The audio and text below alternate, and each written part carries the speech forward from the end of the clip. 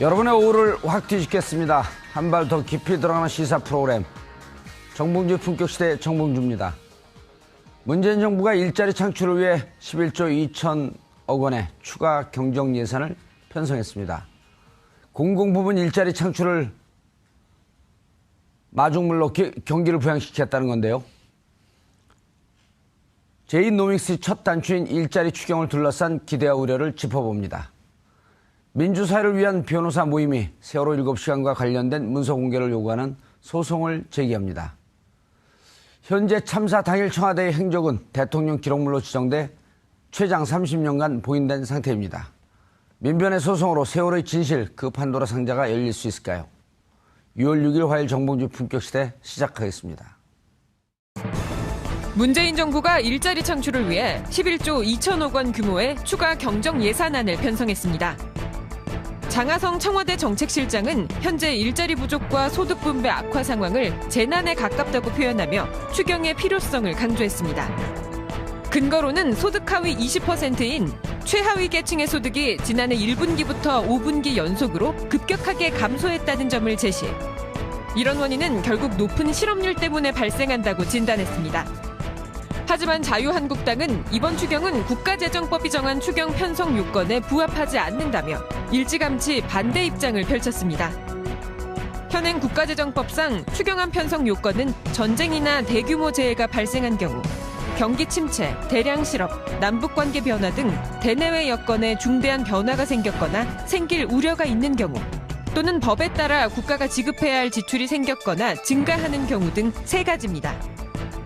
바른정당도 증가된 세수에 맞춰 공무원을 추가로 뽑는 주먹구구식 일자리 정책으로는 청년 실업이나 저소득층 지원 어느 것도 성과를 거둘 수 없다고 비판했습니다. 추경안 국회 통과에 캐스팅보트 역할을 진 국민의당은 유보적인 입장이라 추경 편성이 순탄치 않을 것이라는 전망이 나오고 있습니다. 청년 실업률이 17년 만에 사상 최고 수준에 이른 현재, 문재인 정부의 1호 정책인 일자리 창출이 추경을 통해 민간 부문의 수요를 견인하는 마중물 역할을 할 수 있을지 지금부터 분석해보겠습니다. 6월 6일 월요일 정봉주 품격시대 첫 번째 이슈 들어갑니다. 문재인 정부의 첫 추가 경정 예산 추경이 11조 2천억 원으로 확정됐습니다. 이번 추경의 핵심은 문재인 대통령이 최우선 국정과제로 꼽은 일자리 창출에 올인한다는 건데요. 자세한 내용을 전문가 3분 모시고 말씀 나눠보도록 하겠습니다. 고재열 시사인 기자 자리하셨습니다. 네, 안녕하십니까. 오늘 6월 6일 무슨 요일이죠? 현충일입니다. 월요일에 화요일에? 화요일입니다. 근데 아까 왜 월요일이라 그랬지? 왜 그러셨습니까? 처음부터. 아니 오늘 그 공휴일인데 네. 작가들 나오라 그러니까 은근히 태업을 하는 겁니다. 저는. 확인도 안 하고 제가 읽어버렸어요, 그냥. 예. 교수님 오랜만에 나오셨어요. 네, 반갑습니다. 예, 신세등 교수님 자리하셨습니다. 반갑습니다. 예. 정철진 경제평론가님 자리하셨습니다. 네, 안녕하십니까. 예, 오랜만에 나오셨죠? 네, 그런 것 같아요. 어디 경제 TV를 보니까 거기서 막 이걸 털고 계시더라고요. 네. 경제 TV는 많이 나가시죠? 아니요, 경제 TV도 요즘에 잘 뭐 안 하고 있고 예. 전반적으로 좀 방송 중이 이제 정치 쪽으로 많이 포커스가 좀 맞춰지면서 예. 또 오랜만에 품격 시대에서 경제 이슈를 다룬다고 해서 예. 그냥 달려왔습니다. 요즘은 어찌 보면 추경도 추경이지만 다음에 부동산 문제도 한번 다뤄야 될 것 같아요. 좋죠. 네. 지금 부동산 폭등하려고 들썩들썩하고 있는데. 네, 그렇죠, 교수님? 그렇죠. 예, 알겠습니다. 그럼 다음 주에는 부동산 문제를 한번 다뤄보도록 하겠습니다. 네. 추경. 일단 경제만 나오면 기자들도 좀 움츠리잖아요. 이거 잘 예. 모르는 것 같아갖고. 전문가 3분 모시고 그러는데 움찔하더라고요. 예, 저는 그냥 오늘 전문가 두 분에게 공부하는 예. 자세로 임하도록 하겠습니다. 아니, 전문가 3분은 맞아요. 저까지 포함해서. 예산 편성을 어떻게 하겠다는 건가요? 이번 추경은 이제 특이한 게 일자리만을 주제로 편성이 되었고요. 구체적으로 보면 일자리 창출에 4조 2천억 원, 그리고 예. 일자리 여건 개선에 1조 2천억 원, 일자리 기반 서민생활 안정에 2조 3천억 원, 그리고 마지막으로 지역 일자리 창출을 위한 지방재정 보강에 3조 5천억 원이고요. 예. 오늘 천천히 말씀을 나누겠지만 역대 정부에서 추경이 통과를 못한 적은 없습니다. 그러니까 추경이 처음 계획과 이렇게 변경된 적은 있지만 못한 적은 없고, 그리고 예. 지금 야당의 반대는 제가 봤을 때는 이 추경이 통과되기 위해서 또 야당이 원하는 바도 좀 들어달라라는 그런 큰 틀에서는 일단 이제 그렇게 보시면서 대체적으로 살펴보시면 될 것 같습니다. 야당이 원하는 바는 가뭄 대책에 따른 주로 이제 농촌 지역에서 지역 예산 좀 달라 이런 거 아닌가요? 네. 예. 근데 가뭄 예산도 있긴 있어야 될 텐데. 지금 가뭄이 예. 지금 갑자기 추경으로 반영할 만큼 국가 자연 상태냐? 그렇죠. 이제 거기에서 약간 좀 이견이 있을 수 있어서 만약에 이제 가뭄이 이거보다 더 심해진다. 근데 오늘 좀 비가 오고 있긴 합니다만 예. 더 심해진다면 또 가뭄을 자체로 이렇게 극복할 수 있는 이제 그 긴급 예산이나 그런 것도 편성할 수 있을 것 같습니다. 예. 교수님이 경제 이슈를 갖고 국회에서 토론할 때 보면요. 주장하는 사람과 반대하는 사람 양쪽 주장이 다 맞는 것 같아요. 그죠. 예. 이게 세상 만사가 다 그렇죠. 세상 만사가 다 옳고 그런 부분이 섞여 있는 거죠. 예. 그래서 어느 부분을 더 중요하게 보느냐에 따라서 관점이 뭐냐에 따라서 예. 철학이 바뀌는 거죠. 예.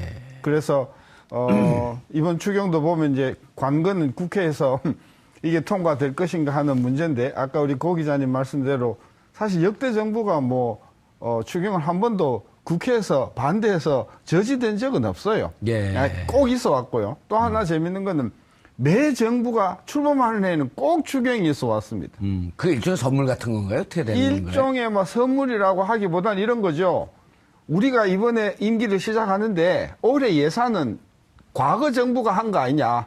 그래서 세수는 새 포대에 담아야 된다. 아하. 그러니까 뭔가 새로운 돈이 필요한데 예. 이 부분은 추경으로 편성하겠다. 이게 98년, 2003년, 2008년, 2013년 지금 계속해서 어떤 정부는 두 번, 세 번 한 적도 있는데요. 예. 그래서 매년 있어 왔기 때문에 결국은 지금 야당이 반대를 한다고 하지만 결국은 반대하는 논리대로 과거 정부에서 자기네들이 추경을 해온 그런 그 경력을 갖고 있기 때문에 예.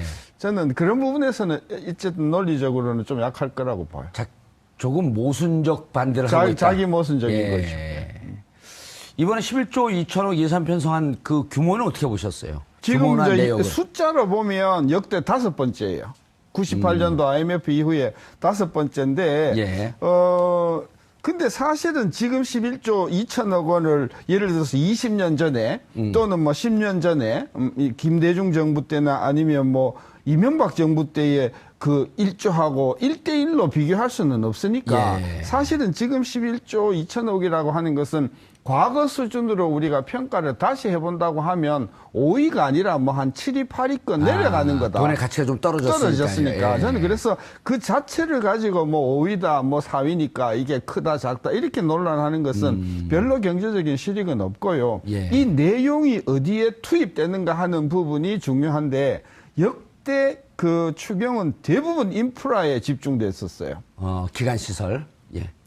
기간 시설이라 그러면 그래도 좀 매력적이라고 한데요. 최경환 때는 뭐 했냐면은 복합 리조트라고 해가지고 예. 관광단지 개발하는데 투입하겠다 그런 추경 예산을요? 그렇죠. 예. 그 2014년도 추경이 이제 그랬다고 예. 기억이 되는데 어쨌든 이번에 추경은 규모보다도 내용을 일자리 쪽에다가 방점을 뒀다는 것이 굉장히 저는 소위 우리가 자주 쓰는 파라다임 시프트다. 예. 파라다임 시프트고 여태껏 해왔던 추경하고는 본질적으로 성격이 좀 다르다. 저는 그런 면에서는 평가는 하고 싶은데 그 내용을 우리가 조금 이따 들어가 보면 예. 이게 과연 그러면 일자리인가 그런 부분에 있어서는 저는 조금 납득이 가지 않는 그런 부분이 있어요. 예를 들면은 여러 가지 사실은 복지에 관련된 지출들 예.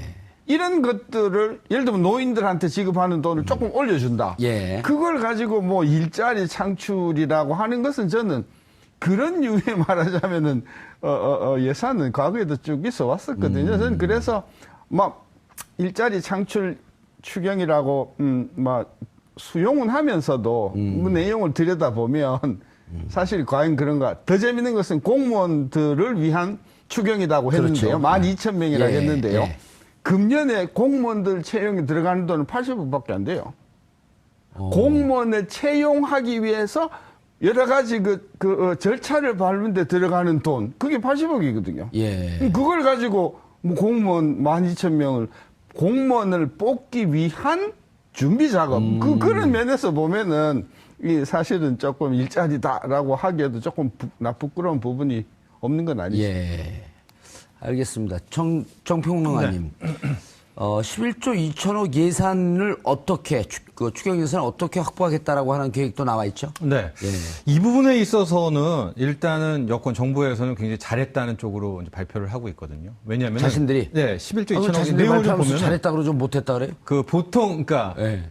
이제 이런 거죠. 적자 국채, 그러니까 국채를 발행해서 아하. 적자 재정을 써서 예. 추경에 쓸 돈을 땡겨 오는데 이번 11조 2천억의 좀 내용을 좀 보면 올해 역시 좀 부동산도 화랑이고 담배세 인상이 이게 크니까 최근 예. 2년도 그렇고 올해도 역시 이제 초과 세수가 나올 것 같다. 그 중에서 8조 8천억을 미리 당겨 쓰겠다라는 게 있고 예. 작년에 초과 세수가 되면서 남은 돈이 한 1조 1천억 원이 있습니다. 그걸 세제 잉여금이라고 하는데 이거를 갖다 붙이고 또 그 정부 입장에서는 국회 동의 안 받고 이렇게 기금을 좀 약간 쓸 수 있습니다. 예. 의원님 더 잘 아실 테니까. 예. 그걸 한 1조 5천억. 그러니까 합치니까 지금 11조 2천억이 나왔는데 예. 그래서 지금 뭐 인류 산무다 해서 일자리만 있고 SOC 없고 적자 국채 발행 없고 이제 산무를 자랑을 하고 있는데 맞죠. 이것도 굉장히 건전한데 예. 제가 만에 하나 한국당이라면 그러니까 제가 야당이라면 이 부분에서도 좀 반론을 제기할 수가 있는 게 기본적으로 이렇게 초과 세수가 나오잖아요.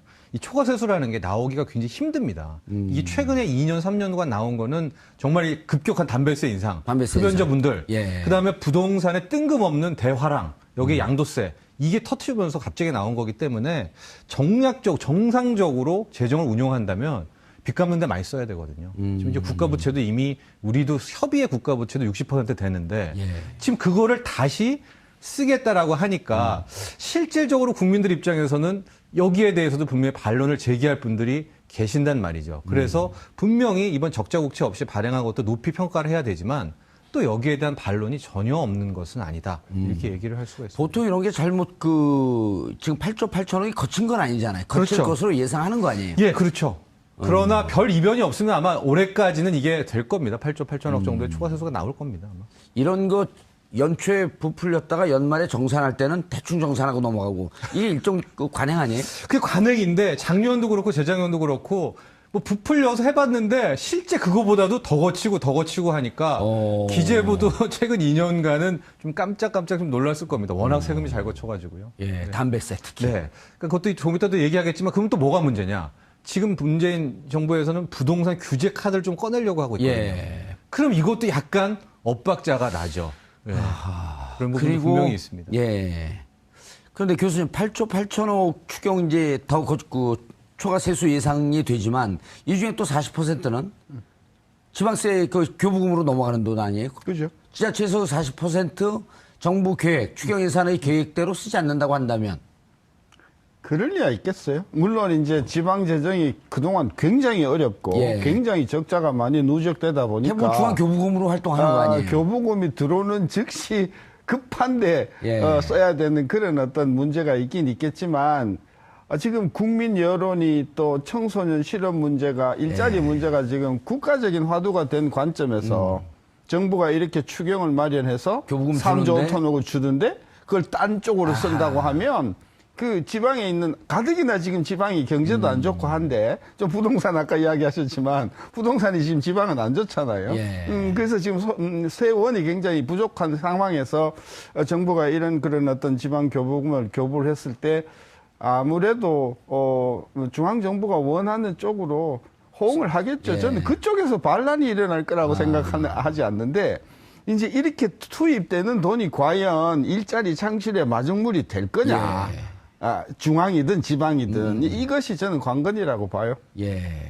아까 그 말씀을 좀 해주시죠. 공무원 12,000명을 더 뽑는데 네. 올해는 준비하는데 80억 정도 들어가고 그렇죠. 나머지 예산은 어디다가 다 들어가는 거예요? 그러니까 이게 지금 많은 사람들은 올해 12,000명을 뽑는 걸로 알고 있는데 예.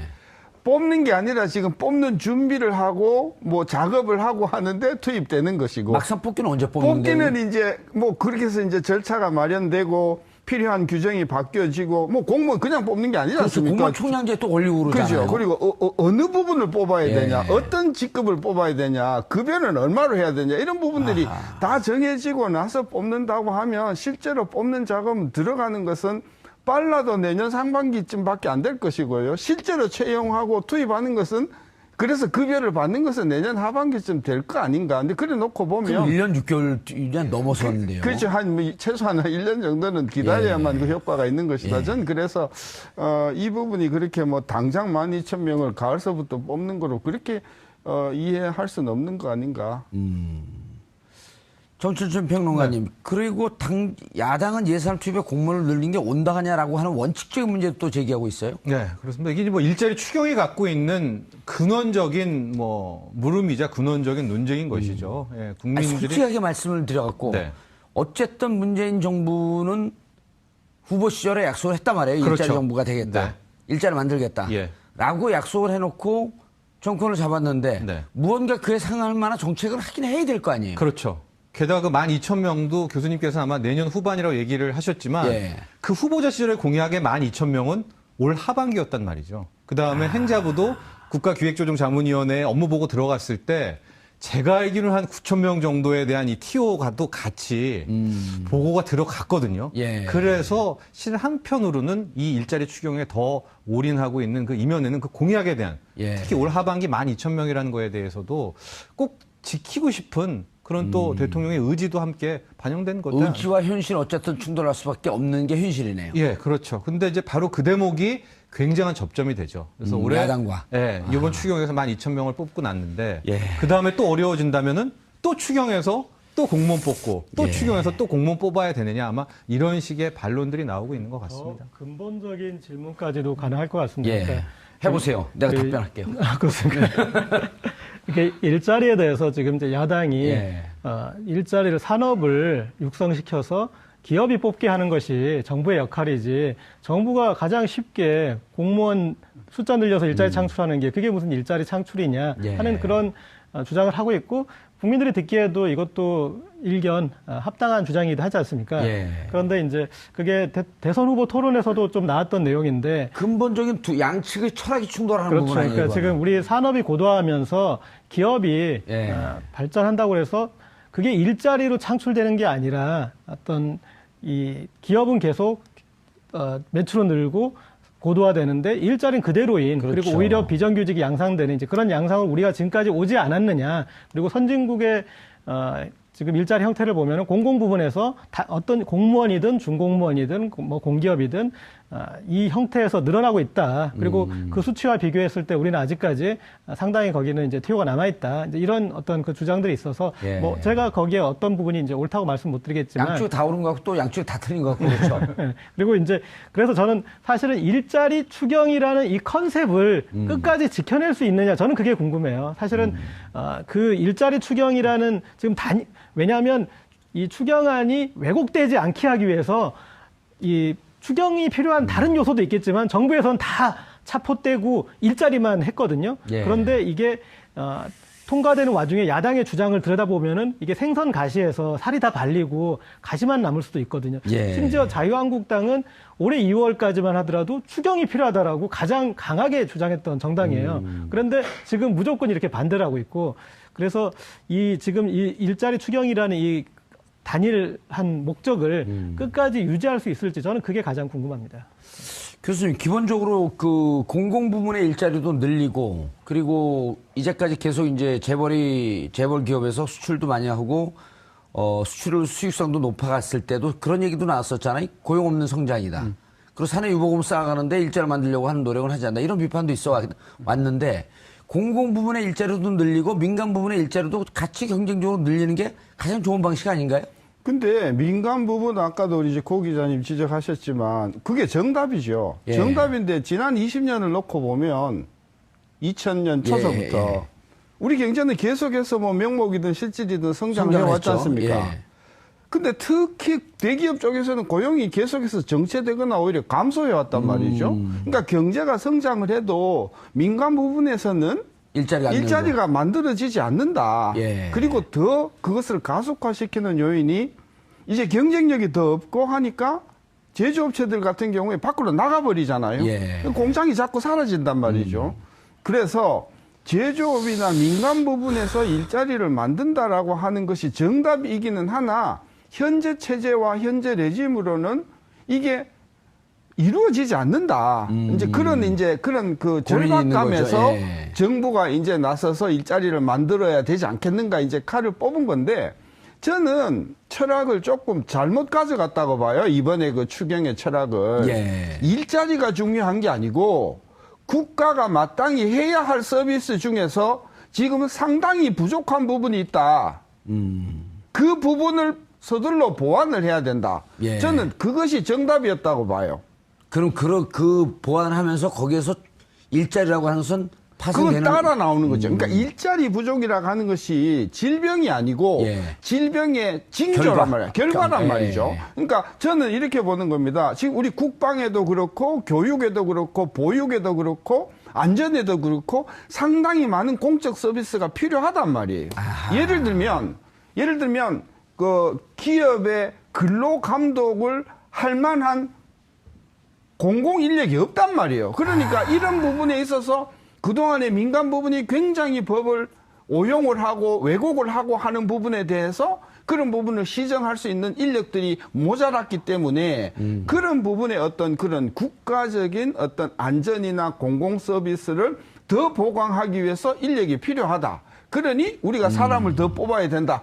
이게 이 정부가 그렇게 나갔어야 되는데 그냥 일자리가 없다는 사실 부분에만 매달리다 보니까 지금이라도 방향을 조금 틀어버리면 안 될까요? 그러니까 저는 예. 아까 우리 고 기자님이 이 일자리라고 하는 이 드라이브가 예. 5년 내내 갈 수 있는가? 지금 저는 야당도 그 비판을 하고 있잖아요. 그 부분에 예. 있어서 저는 핵심 원칙은 뭐냐면 지금 한국 정부가 성장하면서 그동안 우리가 등한시 해왔던 안전 부분, 복지 부분, 여성의 인권 부분 또는 교육의 부분 많은 지금 복지에 예. 그런 어떤 공백이 있는데 이 부분을 우리가 메꾸기 위해서 우리는 인력이 필요하다. 시스템도 강화하고 그렇죠. 그 시스템을 강화하기 위해서는 인력이 부족하니 그 부분에 인력을 충당하자. 충분한다. 이렇게 나가야 되는데 뭐 그냥 공무원들 그냥 더 뽑자 하니까 바로 그냥 그러면 공시생만 양산할 거냐. 젊은 애들이 전부 그럼 공시 쪽으로만 빠질 거 아니냐. 이제 그런 비판이 난다. 저는 그래서 철학을 저는 다시 정립을 해서 이게 이 부분을 아마도 그 철학을 바꾸지는 못할 겁니다. 아니 안전, 그러게 복지, 그 여성 부문, 교육 부문 이렇게 지금 대충 러프하게 이렇게 몇 가지 부분을 말씀하셨는데 네. 이 부분도 공공 서비스에 기여하게 되면 공무원적 역할을 하는 거 아닌가요? 예, 그런데 이게 예. 제이노믹스를 잘 보셔야 되는데 예. 이 소득주도 성장론이라는 게 지금 제이노믹스의 핵심 그렇죠. 아닙니까? 소득주도 성장론이죠. 그때 소득이 무슨 소득이냐? 가계소득입니다. 가계소득이 늘어나면 가계가 소비를 한다. 그러면 내수가 살아서 한국 경제가 성장한다는 거예요. 예. 그러니까 기 이전까지 우리가 한 30년, 40년, 50년간은 수출 대기업 주도 성장이었거든요. 예. 그거를 이제 제이노믹스가 바꾸겠다는 첫 번째 원년이 시작이 된 건데 가계소득을 늘리는 가장 핵심을 문재인 경제팀은 고용이라고 봤기 때문에 지금 기승전 일자리, 기승전 고용, 무조건 고용 하고 있는 거거든요. 방금 이제 이게 왜 말이 안 되냐면은 이 소득주도 성장에 대해서 실은 정면으로 비판하는 쪽은 좌파 경제학자들입니다. 왜냐면은요, 이 진보 경제학자들은 왜 쿠션을 치고 돌아가느냐 이런 거예요. 직접적으로 들어가지 않고. 예, 왜냐면 고용을 늘렸어요. 소득이 늘어났죠. 예. 소비를 안 해버리면 어떡합니까? 저축을 한다거나 빚을 갚아버리면은 소득주도 성장이 깨지니까 그럼 어떤 하에서 소비를 많이 하나 봤더니 북구 유럽이나 잘된 데들 복지가 갖춰졌을 때 내 예. 미래에 대한 불안이 없을 때 사람들이 돈을 쓰니까 아예 바로 복지로 가지.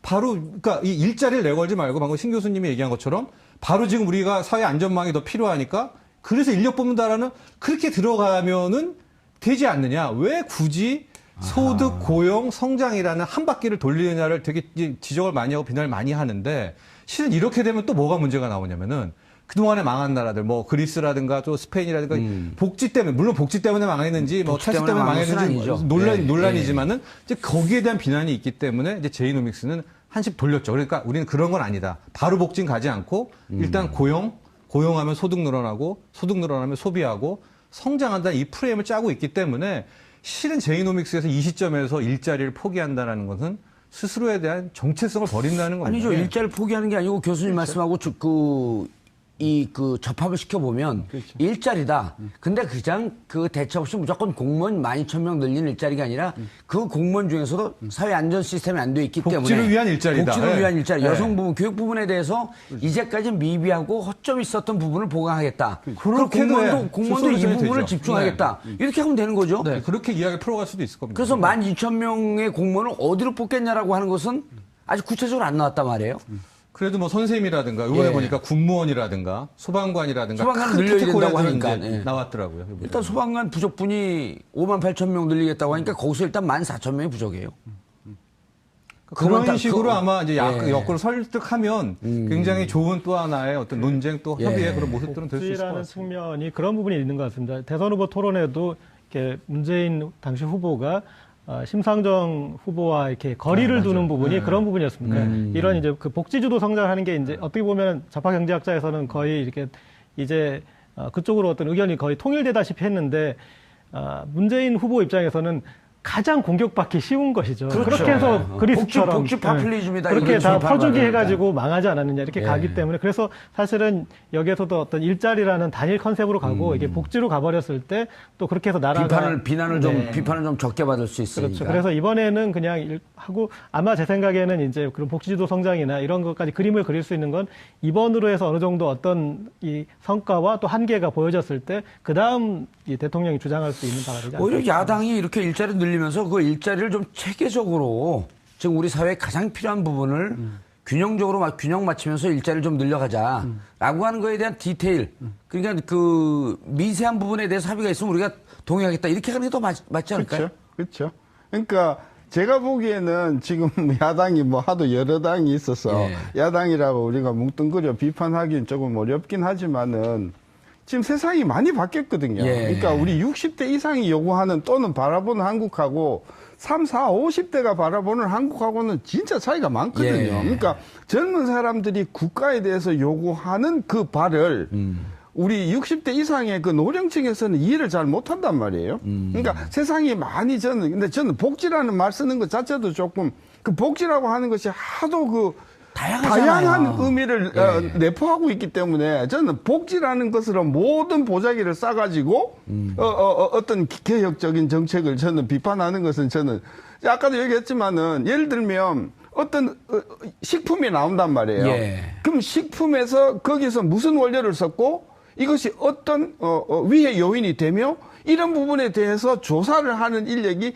식약청이 태없이 부족할 거라는 이야기죠. 예. 그러니까 새로운 음식이나 새로운 약이나 새로운 제품들이 나왔을 때 그것이 국민들한테 어떤 장래적인 위해를 끼칠 것인가에 대한 그런 부분에 대해서 심도 있는 연구를 할 능력이 안 되기 때문에 자꾸 지난번에 가습기 같은 사태들이 앞으로 안 일어나라는 보장이 없단 그렇죠. 말이죠. 기술은 점점 더 발전되고 그러죠. 안전 규정을 삭삭 피해가는 그런 기술이 그렇죠. 나올 텐데. 그리고 새로운 것들을 시도하는 부분에서 새로운 것들이 우리 인체에 어떤 해를 끼치는가에 대한 충분한 연구가 없이 나오는 것들이 너무 많기 때문에 그런 부분에 있어서의 어떤 인력이나 또는 그 검사 체계는 충분히 우리가 보강될 필요가 있고 예. 저는 그런 부분에 대해서 투자를 하고 하는 것은 이것은 미래 사회에 다른 나라에도 그런 기술을 우리가 전파할 수 있는 그런 어떤 잠재적인 소위 신산업이기 때문에 이런 예. 부분에 대해서 우리가 과감하게 인력과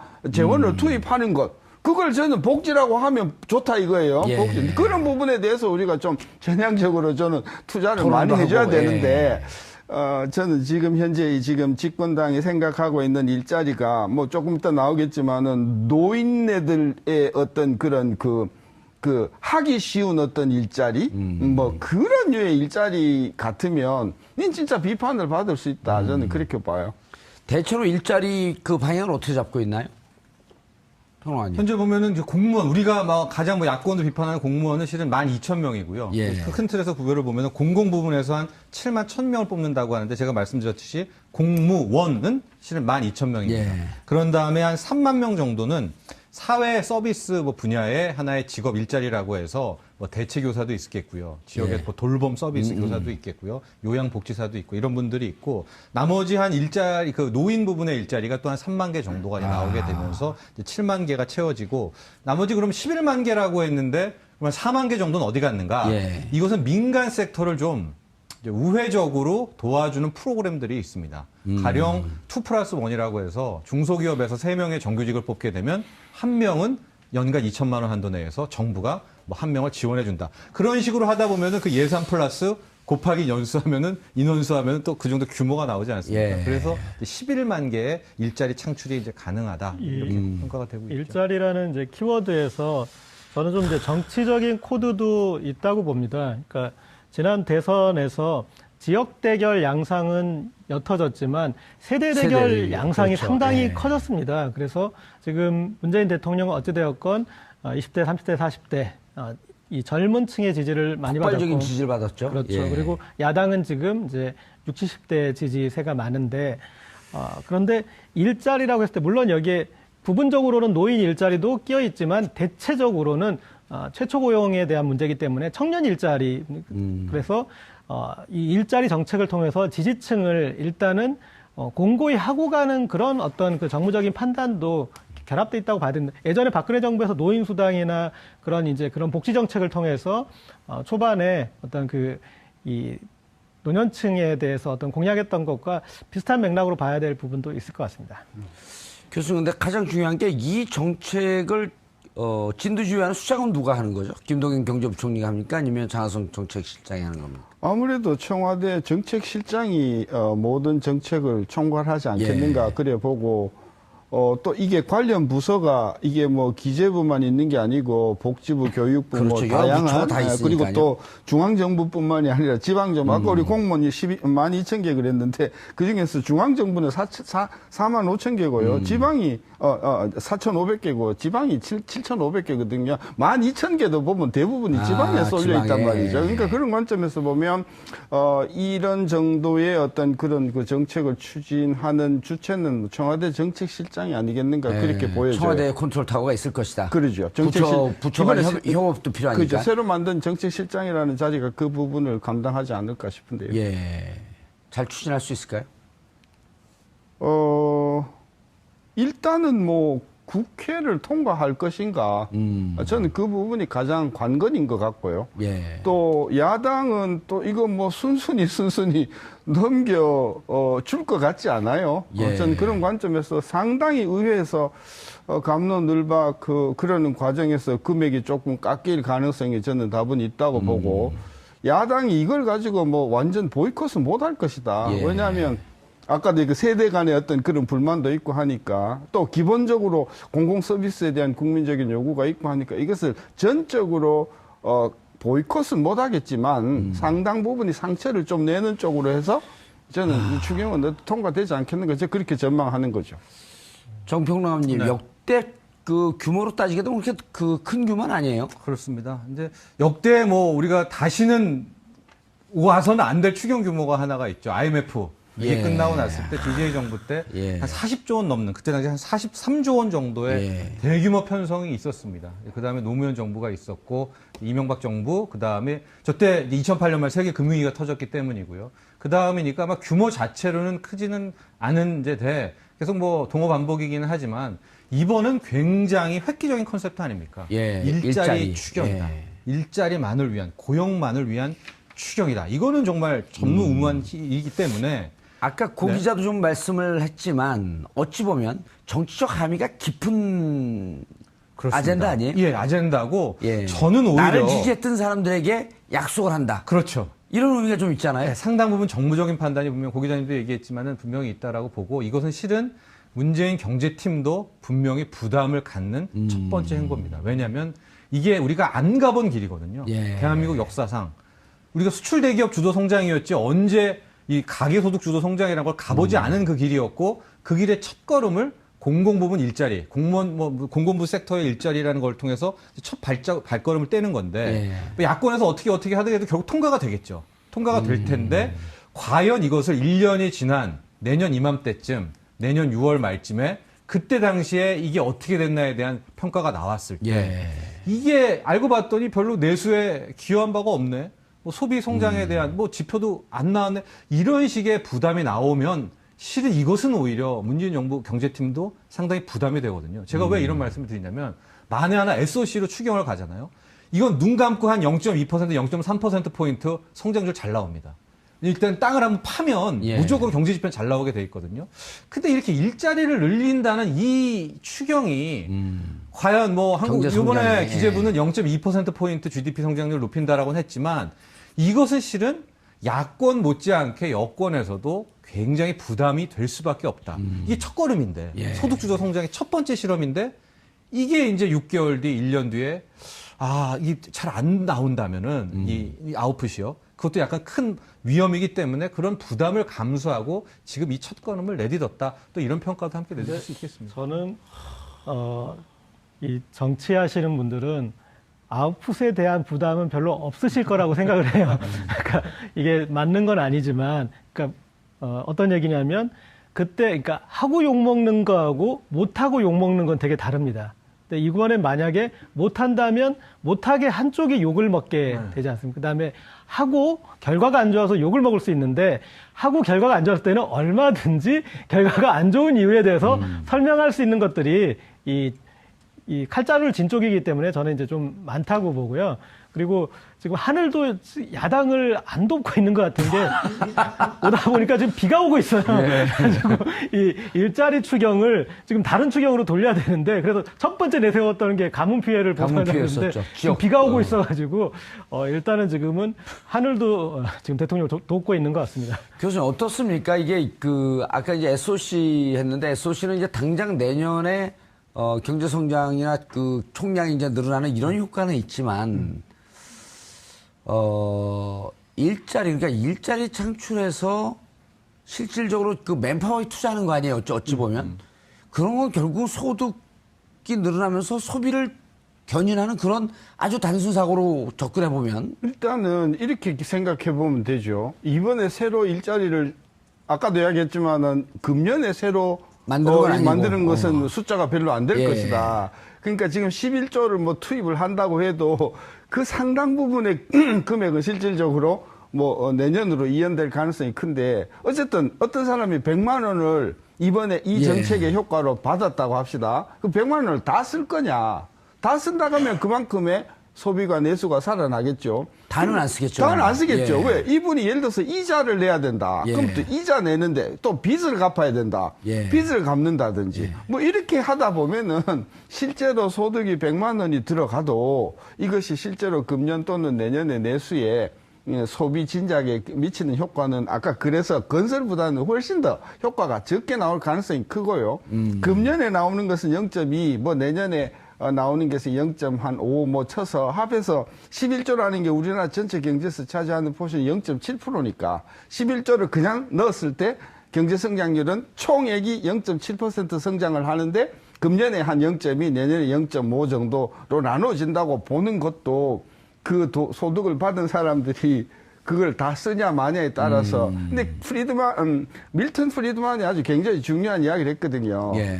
이게 100만 원이 내 주머니에 생기면 이게 영구소득이다. 앞으로 죽을 때까지 계속 나오는 거라고 하면 과감하게 써요. 근데 이게 언제 끊길지 모른다고 하면 안 쓴다는 거죠.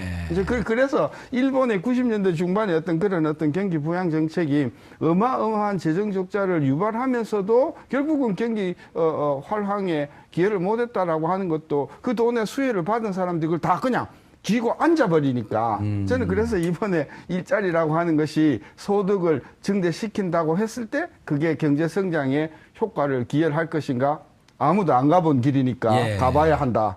그러나 그렇게 만만하게 장밋빛은 아닐 거라고 보는 거죠. 국회 통과도 그것도 어려울 것이고 논란이 있을 것이고. 알겠습니다.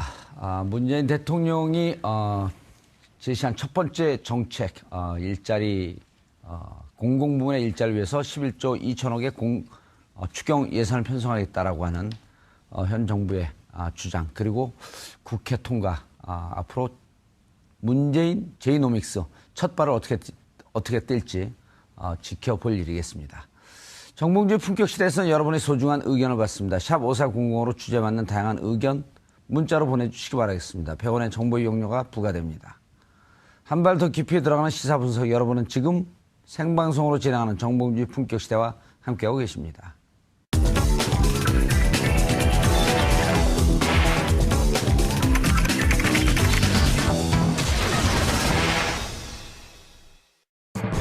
민주사회를 위한 변호사 모임은 오는 7일 서울행정법원에 세월호 참사 당일 청와대 보고 문서를 공개해달라는 소송을 제기합니다. 지난 3월 황교안 전 대통령 권한대행이 박근혜 전 대통령 재임 당시 작성된 기록물을 모두 대통령 기록물로 지정, 국가기록원으로 이관하면서 세월호 7시간의 기록은 최장 30년간 봉인이 된 상황. 해당 기록물을 열어보려면 국회의원 3분의 2 이상이 동의해야 문서 공개가 가능한데 현재 국회엔 야당이 100석 이상을 차지하고 있어 이를 기대하기 어렵기 때문에 법원의 판단을 구하는 겁니다. 민변 소속 송규호 변호사는 황 전 권한대행은 자신의 대행 직무기간이 아닌 박 전 대통령의 재임 기간의 문서를 봉인했으므로 법적 권한이 없다고 봐야 한다고 주장했습니다. 황 전 대행의 지정이 권한을 넘어선 불법 행위라는 게 민변 측 판단입니다.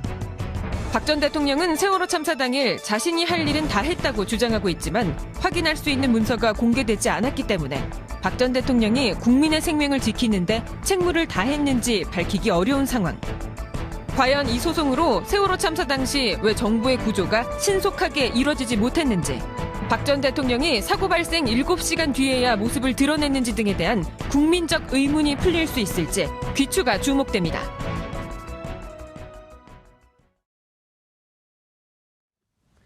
(6월 6일) 화요일 정봉주 품격시대 두 번째 이슈 들어가겠습니다. 박근혜 정부에서 대통령 기록물로 봉인된 기록물은 역대 정부 통틀어 가장 많은 1,106만 건에 달합니다. 이 중에 세월호 7시간 의혹을 밝힐 문서도 포함되어 있어 상당히 논란이 거세는데요. 내일 민변 소속의 송규호 변호사가 세월호 참사 당일 비공개 문서를 공개하라는 행정소송을 법원에 제기할 예정입니다. 과연 30년 봉인 자물쇠가 풀릴 수 있을까요? 이 문제와 관련해서 전문가 모시고 이야기 나눠보도록 하겠습니다. 고지열 시사인 기자 계속 자리 지키고 계시고요. 법원의 세월호 7시간 문서 공개 행정소송을 제기할 민주사회를 위한 변호사 모임 소속 송규호 변호사 자리하셨습니다. 네, 안녕하세요. 예. 내일 하세요? 네. 그럼 하고 난 다음에 오시면 미리 나오셨네. 미리 불러서 왔습니다. 예. 자, 최진봉 성공회대 교수님 자리하셨습니다. 네, 안녕하십니까. 예. 자, 시청자 여러분들께서도 샵5400으로 다양한 의견 보내주시기 바라겠습니다. 이거를 어떻게 해야 되나요? 그 교수님, 변호사님한테 직접 물어봐야 되나? 아니면, 어쨌든, 행정소송 제기하기 전에, 고재열 기자님. 네.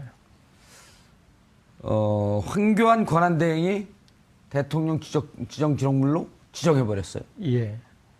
뭐 이 부분에 대해서 계속 이제 어떤 논란의 여지가 있을 수밖에 없을 것 같습니다. 1,000만 건이에요? 그러니까 그 기록물법에 누가 지정할 수 있느냐, 예. 그 부분에 대한 어떤 유권 해석의 문제도 있고, 그래서 황교안 권한대행은 본인이 권한대행 시기에 했던 내용에 대해서 지정할 수 있는 거 아니겠느냐, 그런 이제 주장을 또 할 수도 있고요. 그런데 어쨌든 그 대통령이 약간 유고와 비슷하게 직무에서 배제된 상황에서 누군가는 또 지정을 했어야 되기 때문에 그 부분에 대해서 그걸 누가 할 것이냐, 권한대행이 할 수 있는 것이냐 볼 수 있을 거고, 아니면 그것은 권한대행의 그 영역 밖이니 후임 대통령이 하는 게 맞다고 또 볼 수도 있을 것이고, 그래서 그 부분은 저도 이제 송규호 변호사님 의견도 한번 또 들어보고 싶습니다. 예. 송 변호사님, 네. 그런데 이 대통령 지정 기록물, 네. 청와대에서 생성하는 문서를, 그 과정을 보니까 문서를 생성하면서 거기에다가 일종의 그 값을 매기듯이 이게 대통령 지정 기록물인지 공개인지 비공개인지 이렇게 한 서너 등급의 등급을 매겨요. 매번 문서를 만들 때마다. 그리고 연말에 그것을 다시 한번 제대로 매겨졌는지를 점검을 하고 퇴임 6개월 전서부터 그걸 다시 한번 점검하는 3단계 과정을 이렇게 거친다 그러거든요. 이번에 그 5월 26일 날 국방부에서 업무 보고할 때 자신들은 사드 4기 반입된 것을 보고했다 라고 얘기할 때 청와대에서 그때 당시 있었던 문서를 들여다봤다는 거거든요. 있는지 없는지. 그래갖고 참여정부나 이번에 이제 문재인 정부는 훈련이 돼 있어서 문서를 잘 그 정비를 해왔었는데 박근혜 정부는 추정컨대 들여다보진 않았지만 매번 그렇게 문서를 제대로 정비를 했었겠냐. 이거부터 문제가 되는 거 아닌가요?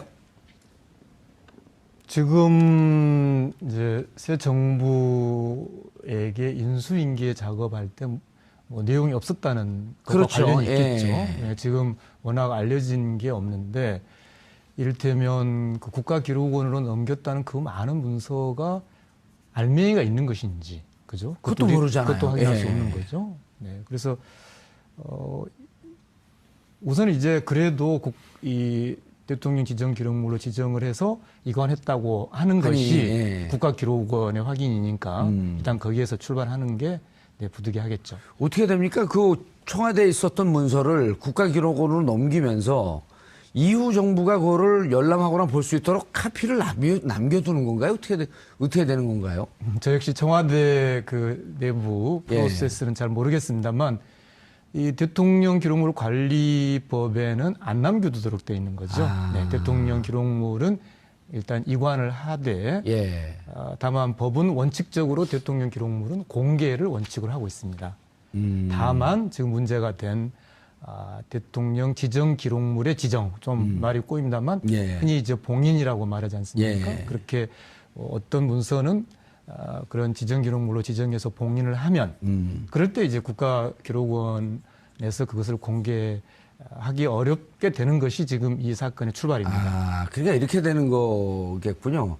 전체 대통령 기록물은 이후 정부가 전임 정부가 한 일을 알 수 있게끔 일정 정도 문서는 그 인수인계가 되어야 하고 이 중에 국가 안위와 관한 문제, 공개해서는 안 되는 문제들 이런 것은 일부를 비공개로 하는 이런 과정으로 되어 있는데 지금 같은 경우는 인수인계도 된 것도 없이 전체가 다 국가 기록물로 이관된 그렇게 봐야 되나요?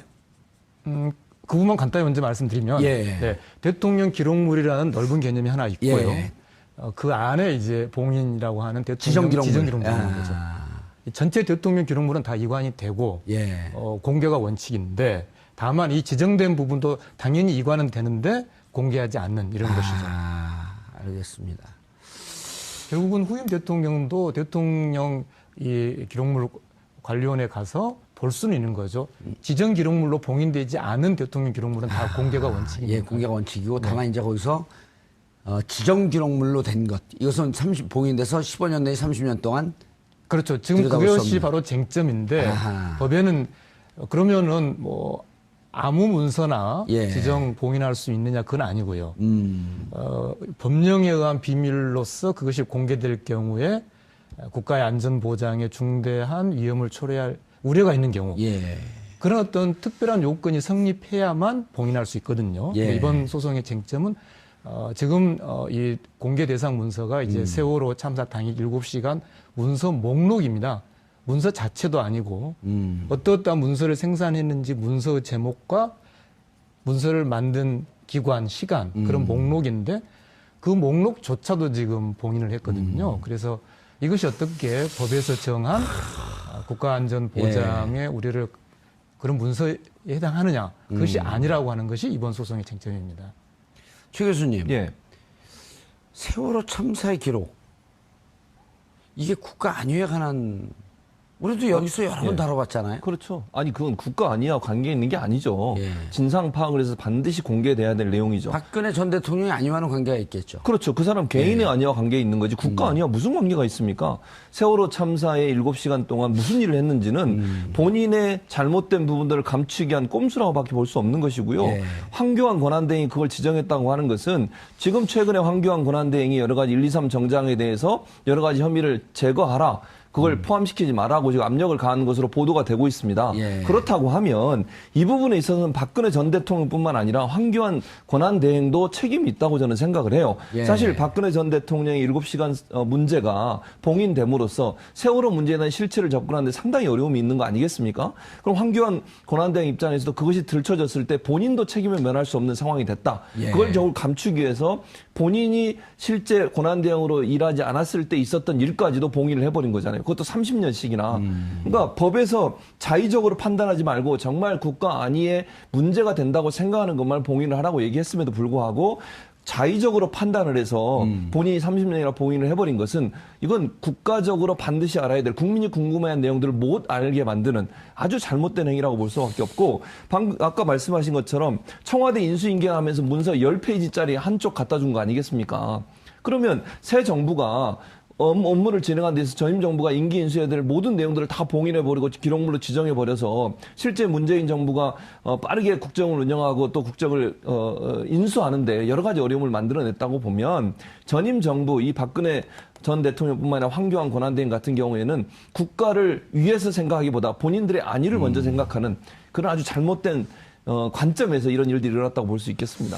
정 변호사님, 근데 그때 저도 이제 국가기록물법을 들여다봤더니 네.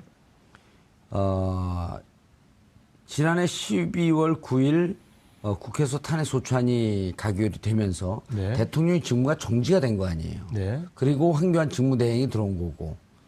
그러면 황교안 직무대행도 국가기록물로 지정을 할 수 있지만, 근데 이제 거기서부터 문제가 되잖아요. 과연 권한대행이 기록물, 지정 기록물로 지정할 수 있느냐 없느냐. 아니면 지정을 하게 되면 그 4년 동안의 것을 다 지정할 수 있냐, 아니면 12월 10일서부터 자기가 권한대행이 있을 때부터 서류를 지정할 수 있는 거냐. 이 부분에 대해서는 어떻게 해석이 되나요? 그때 국가기록원에서는 할 수 있다라고 그냥 좀 추상적으로 해석을 해버렸거든요. 이제 국가기록원에서 이제 로펌 몇 곳의 의견을 이제 받은 것이 그 예. 근거죠.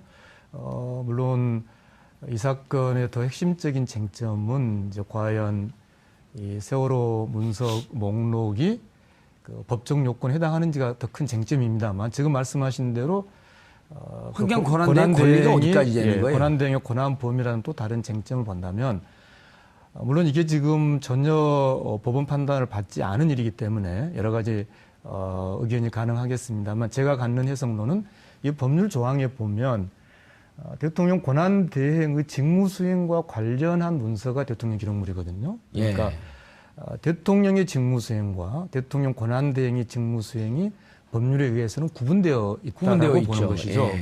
그렇기 때문에 법률이 대통령 권한대행이라는 용어를 쓰면서도 불구하고 그렇게 직무수행을 분리했다는 이야기는 본인, 그러니까 대통령 권한대행이 그 자신의 직무수행과 관련된 부분만 봉인할 수 있다라고 해석하는 것이 더 타당한 해석이다라고 그렇게 보는 거죠. 그럼 그 기간을 따지게 되면 12월 10일 이후의 문서만 그렇죠. 봉인할 네. 수 있다는 거 자신이 아니에요? 권한대행으로 있을 때. 직무수행한 것에 한해서. 네. 그런데 왜 그 전 것까지 다 있죠? 이제 그게 이제 법원의 판단을 이제 구하려고 하는 거죠.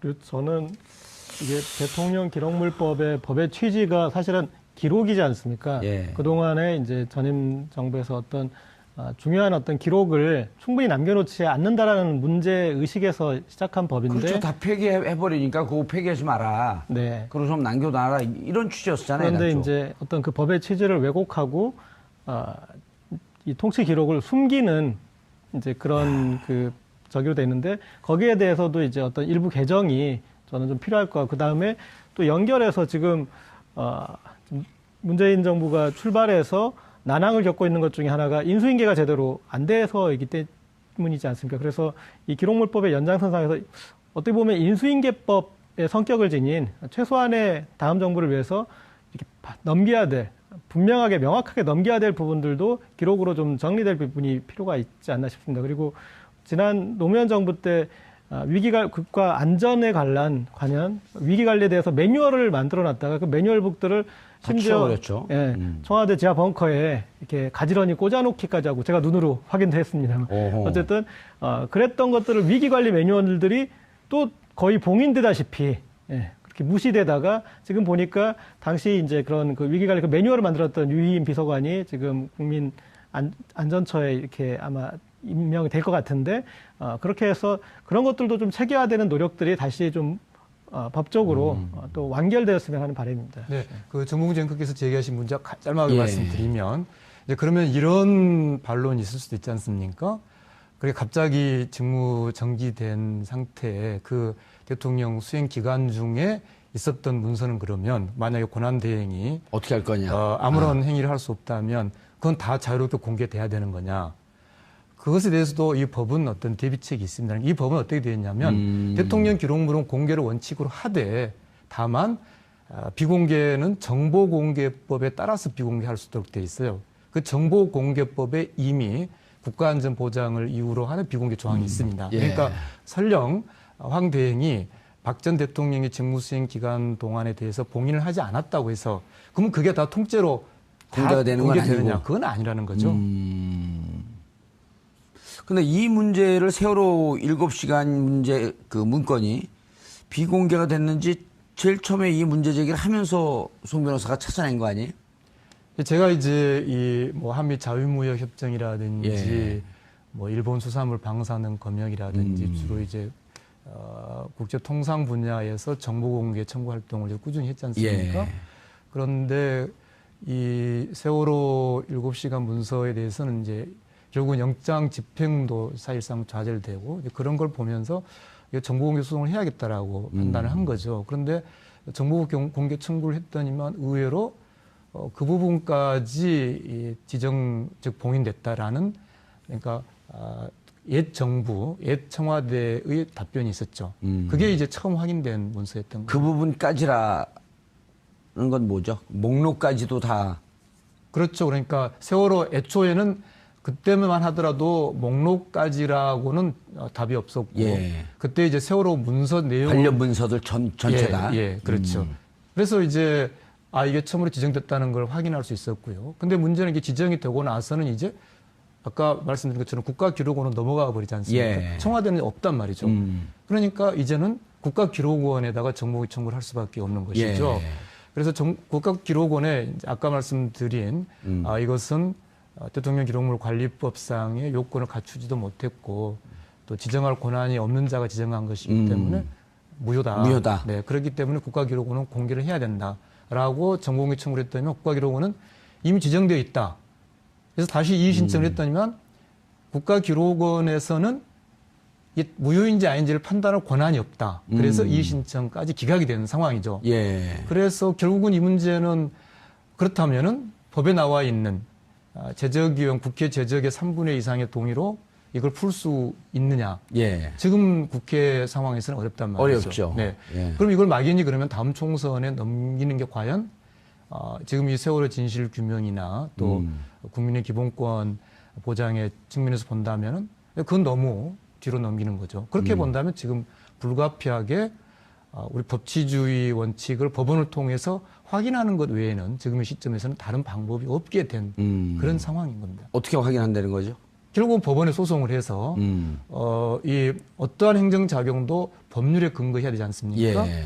법원은 행정작용이 법을 제대로 적용하고 집행했는지를 마지막으로 판단하는 것이니까 예. 아까 말씀하신 두 가지 쟁점에 대해서 법원이 판단을 하는 것 그것을 구하기 위해서 소송하는 기록물이 거죠. 지정한 게 과연 적법한 과정을 거쳤냐? 네.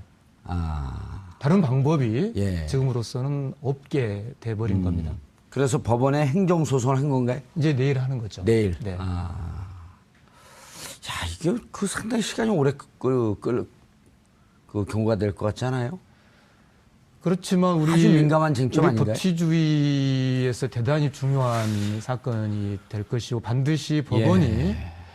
이 대통령 기록물 관리법에서의 공개 원칙 그리고 헌법이 규정하고 있는 국가기관의 국민의 인권 보장, 국민 생명권 보호 이런 기본 원칙에 충실한 그런 심리와 판단을 해줄 것을 기대하고 있습니다. 예. 이런 최 교수님 이런 예. 문제가 있잖아요. 그때 이제 2월에 특검에서 청와대 압수수색 들어갔을 때 그랬었죠. 그때 특검 행동도 좀 석연치 않았어요. 예. 보통 우리가 아파트 이런 데서 압수수색 나오면 문 잠그고 있으면 그거 바로 따고 들어오거든요. 그렇죠. 아니면 열쇠 다른 전문가들 갖고 뜯고 들어가고. 그렇죠. 그게 왜냐면 현행범이란 말이에요. 그 영장 집행을 방해하는 거니까. 근데 청와대 가서는 총 쏠까봐 그랬나? 그냥 돌아왔죠. 열어주세요 하다가 안 되니까 행정법원에 소송을 냈어요. 그랬었죠. 그런데 거기서 기각이 돼서 결국 못 들어갔죠. 기각도 아니죠. 행정법원에서 판단할 문제가 아니다. 이렇게 그렇게 않았나요? 나왔죠. 네. 네, 네. 그러니까 결국은 청와대 압수수색을 하려고 예. 청와대가 거부하고 두 번이나 거부를 했지 않습니까? 그렇죠. 그래서 결국은 행정소송을 냈는데 법원에서도 판단할 수 없다라고 얘기를 하면서 무산이 된 사건이에요. 그러니까 송 변호사님 열심히 지금 하고 계시는데 혹시나 법원에서 또 이 문제를 제대로 안 받아주거나 또는 여러 가지 이유를 대해서 안 된다고 하면 또 무산된 게 아닌가 하는 우려가 생기고요. 그러나 정권이 바뀌었는데도 그럴까요? 그러지 않기를 바랍니다. 근데 뭐 법원이 압력을 가할 수는 없으니까. 다만 그러면 이제 지난번 2008년도에 MB가 취임한 직후에 노무현 전 대통령을 압박하기 위해서 노무현 전 대통령이 서버를 갖고 갔다고 압수수색 한 적이 있어요. 고등법원장 영장 받아가지고. 예. 그러니까 그 사례를 우리도 필요하면 써야 된다고 저는 생각해요. 뭐 논란은 될 수 있어요. 그게. 예를 들면 그 기록물, 지정된 기록물을 공개하는 두 가지 방법이 있는데 3분의 2 이상의 국회의원의 동의를 얻거나 예. 또 하나의 방법은 고등법원장이 발부한 영장을 가지면 볼 수 있거든요. 근데 그게 문제가 뭐냐면 송 변호사님. 네.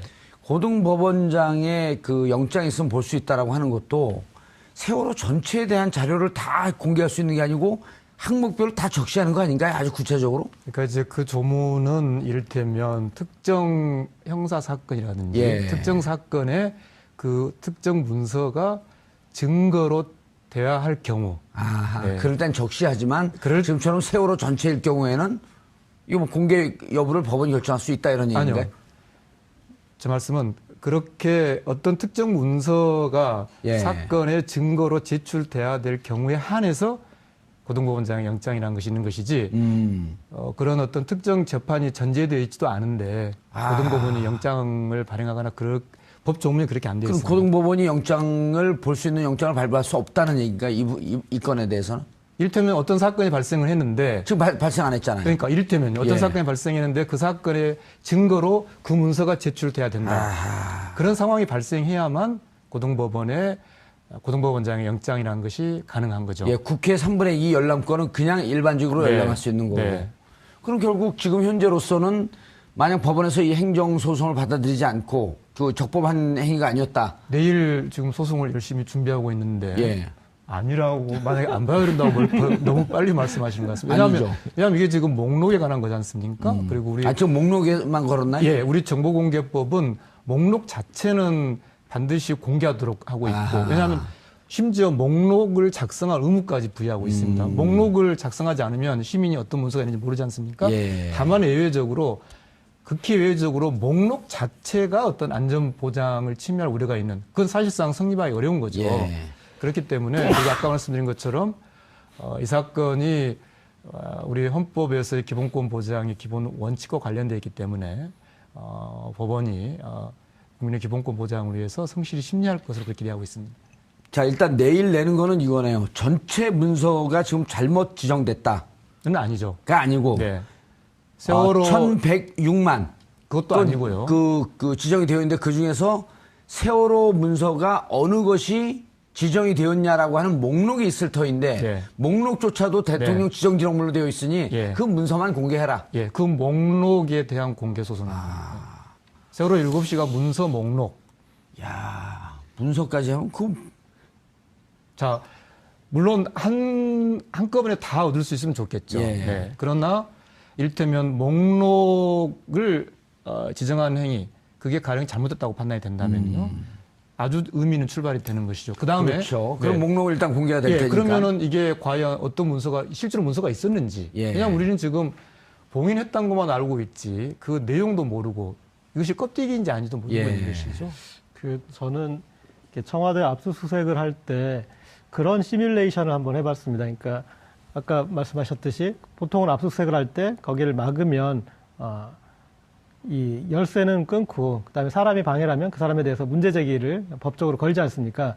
그래서 만약에 특검이 압수수색을 하는데 그런 적극적인 행위를 만약에 했더라면 그래서 청와대 이 자물쇠를 끌는 상시적인 행위든 아니면 그것에 대해서 거부하는 담당자를 체포를 해오든 아니면 그 사람에 대해서 소송을 걸어보면 그러면 그 사람의 논리가 있지 않겠습니까? 경호실의 어떤 그 담당 책임자는 이거는 국가 아니야 그러면 어떤 부분이 아니었는지에 대해서 그가 증명을 해야 되는 부분이 있습니다. 그러니까 우리가 지금 압수수색하려고 하는 것은 국가 안보 관련 사실을 우리가 가져가려는 게 아니라 국정농단 관련 문건을 어디에 이렇게 가져가려고 하는데 그게 왜 국가 아니었느냐를 청와대가 증명해야 되는 상황이 되지 않습니까? 그래서 그런 그 상황을 만들었다라면 거기에 대한 어떤 이제 구체적인 유권 해석을 할 수 있는 사례가 만들어졌을 텐데 만들어지지 않아서 조금 아쉬웠는데. 예, 동감합니다. 예. 지난번에 전진아 씨가 한번 나왔었는데 전진아 씨 아시죠? 네, 정보공개 소송 열심히 활동 열심히 하고 있는 분이죠. 그분 추정은 자기가 제보를 받은 것까지 근거해서 세월호 문서를 지정했는데 국가 대통령 기록물로 지정했는데 막상 공개해 보면 안에 깡통밖에 없을 것이다. 빈 깡통일 것이다. 이런 우려를 해요. 네, 그럴 가능성까지 다 배제할 수는 없죠. 이랬다는 네. 거죠. 그럼 이제 우리 시청자분들이 알기 쉽게 설명을 하면 마치 세월호에 무슨 중요한 문서가 있는 것처럼 지정 기록물로 해갖고 지정을 해서 비공개를 했는데 결국 이것도 페이크였었다. 해보면 들어가 봤는데 아무런 자료가 없는 거예요. 근데 자료가 있는 것처럼 가리기 위해서 결국 연막탄을 터뜨리고 국민들의 진실을 알려고 하는 초점을 흐려놓은 이런 위험성도 있다는 거 아닙니까? 네, 그럴 가능성을 배제할 수가 없고요. 아까 말씀드렸다시피 이제 주로 국제 통상 분야의 정보 공개 활동을 제가 했지 않습니까? 예, 그러면서 정보 공개 청구라는 게 일거의 모든 걸 해결할 수 없지만 어떤 그 의미 있는 더듬이 출발은 될 수 있다 생각하고요. 그런 문제까지 다 어떤 그 이번 목록 소송에서 좀 결과적으로 어떤 규명의 출발을 만들 수 있지 않을까 그렇게 생각하고 있습니다. 최 교수님, 예. 황교안 총리는 뭐 하는 사람이에요? 그러니까요. 뭐 하던 사람이길래 사드 대체 4기 반입된 것도 그분에게는 보고가 보고가 됐는데 됐는데 보고를 안 했죠. 예. 그러니까 더 웃기는 것은요. 그 국장의 말이 더 웃겨요. 보고 안 한 이유를 미국과 비공개로 하기로 해서 합의해서 안 했다 이렇게 얘기하잖아요. 그건 대언론 방침 아니에요? 그렇죠. 언론 방침은 언론에 비공개하라는 거지 대통령한테 비공개하라는 건 아니잖아요. 그거는. 예. 그래서 황교안 전 권한대행한테도 다 보고를 한 거 아니겠습니까? 예. 그런데 문재인 대통령이 대통령 당선되고 나서는 슬그머니 뺐으니까 이건 국기문란이죠. 예. 대통령을 뭘로 보길래 대체. 아니 그거는 그런 그거 짓을 흥분하지 하는 마시고요. 그건 예. 국방위에서 또 따로 하니까. 그렇군요. 도대체 세월호 그리고 논쟁이 되는 본인도 그 법률가란 말이에요. 그렇죠. 논쟁이 되는 것은 12월 9일 이전의 기록물은 또 다른 정보관련법에 의해서 충분히 지정할 수 있는 근거가 있는데 왜 그 지점까지 자기가 하지 않았던 행위들 법적 책임이 있을 거란 생각을 안 했을까요? 그렇죠. 그러니까 저는 그렇게 생각해요. 황교안 전 권한대행이 예. 본인도 거기에 연루가 돼 있기 때문에 그랬을 가능성이 높다고 아하, 보는 거죠. 세월호 문제에 대해서 우병우를 적극적으로 통해서 그럼요. 우병우를 통해서도 그렇고요. 당시에 법무부 장관이었어요. 예. 그런데 그 광주지검장이 조사를 가는 과정에 있어서 압력을 가한 것으로 지금 보도가 계속 나오고 있는 상황이에요. 예를 들면 123 정장을 처벌하려고 했더니 처벌을 하지 못하도록 혐의를 빼라고 얘기하고 압력을 가했다는 것을 여러 증언들을 통해서 나오고 있는 상황이거든요. 예. 그때 당시에 광주지검장이 옷 벗었지 않습니까? 광주지검장의 증언에도 따르면 그런 부분들이 나오고 있기 때문에 어찌 보면 황교안 전 권한대행은 박근혜 전 대통령과 세월호 사건에 있어서는 공범에 가깝다고 봐요. 그런 부분을 본인이 들춰내는 것이 싫기 때문에 결국은 이 문제를 봉인으로 가지 않았나 하는 생각이 드는 거죠. 압수수색도 그때 당시에 기록을 보면 예. 광주지검 서버 압수수색 들어가는데 이렇게 맞고 저렇게 맞고 시간 끌면서 6월 4일 지방선거 이후인 그 다음날 그렇죠. 6월 5일 날 들어갔다는 거 아니에요? 그렇죠. 그게 바로 2014년에 있었던 지방선거. 예, 그거에 거기에 영향을 주지 그렇죠. 못하도록 하기 위해서. 우병우, 황교안, 박근혜 예. 이 세 사람이 공동으로 작업을 한 거라고 볼 수밖에 없는 거고요. 그래서 결국 황교안 전 권한대행 입장에서는 세월호 관련된 모든 자료들을 자기도 관여되어 있다. 그렇죠. 그래서 못 보게 만들기 위해서 30년 동안 봉인을 하는 작업을 했다고 볼 수 있는 것이죠.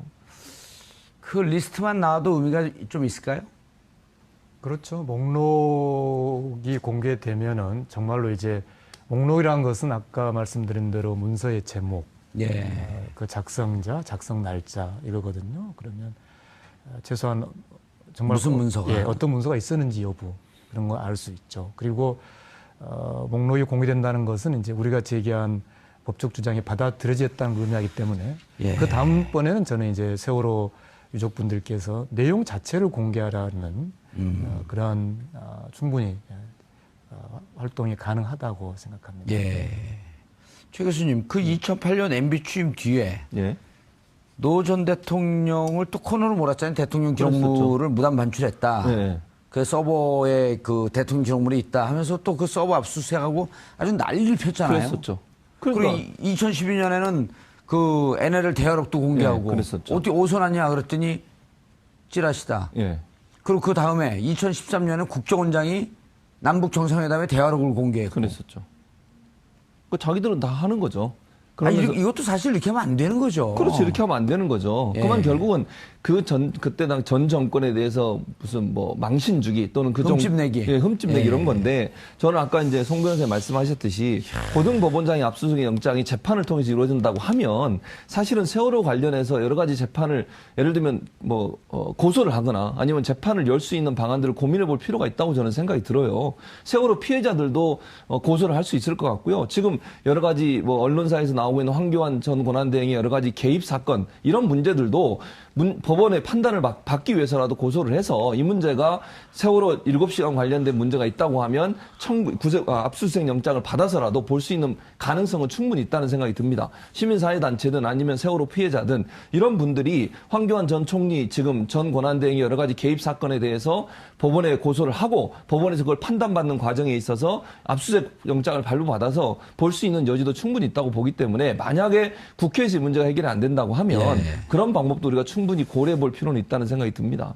그 소송은 제가 생각을 상식적으로 이게 돼야 되지 않나 싶은데 아까 변호사님이 지적하셨듯이 법에 의해서는 우리가 이제 대통령 권한 대행이 대통령의 권한을 대행한다라고 이렇게 하지만 법에 의해서는 대통령의 직무 수행과 대통령 권한 대행의 직무 수행이 나뉘어졌다고 하지 않았습니까?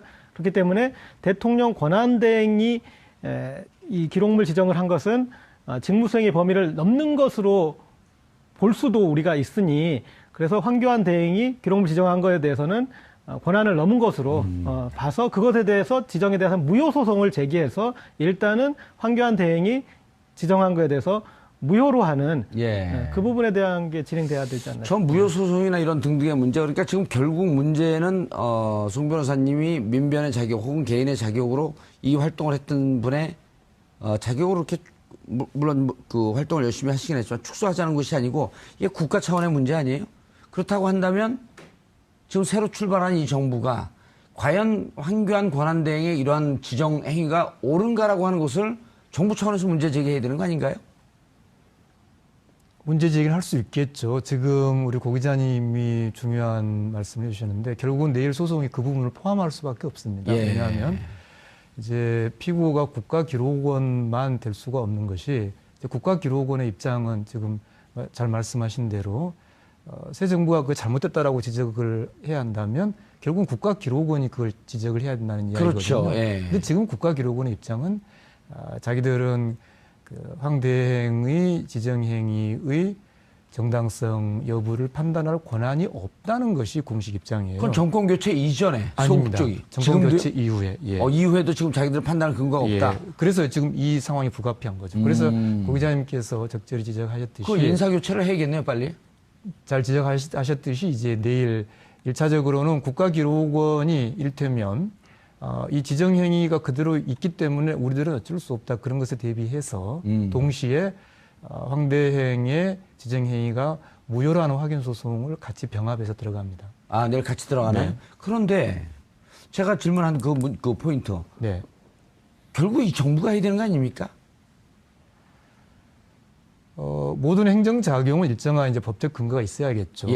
그래서 이상적인 것은 국가기록원이 적극적으로 최소한 법률상의 이 중대 명백한 원인 무효에 대해서는 누구에 대해서든지 언제나 무효이기 때문에 국가기록원이 행정 유권 해석이든 뭔가 적극적인 조치를 해주는 게 맞다고 생각합니다. 이번 소송이 그것을 이렇게 어떤 촉진하는 그런 여러 길을 열어놓을 수 있는 그런 의미도 좀 갖기를 바랍니다만 다만 이제 국가기록원에 대해서 직접 어떤 좀 더 광범위한 그런 어떤 의견 제시라든지 그런 활동이 좀 필요한 시점이라고 봅니다. 양동작전일 것 같아요. 그러니까 일단 송기호 변호사님 하는 소송을 통해서 지금 신임 정부에 이런 일을 해야 됩니다.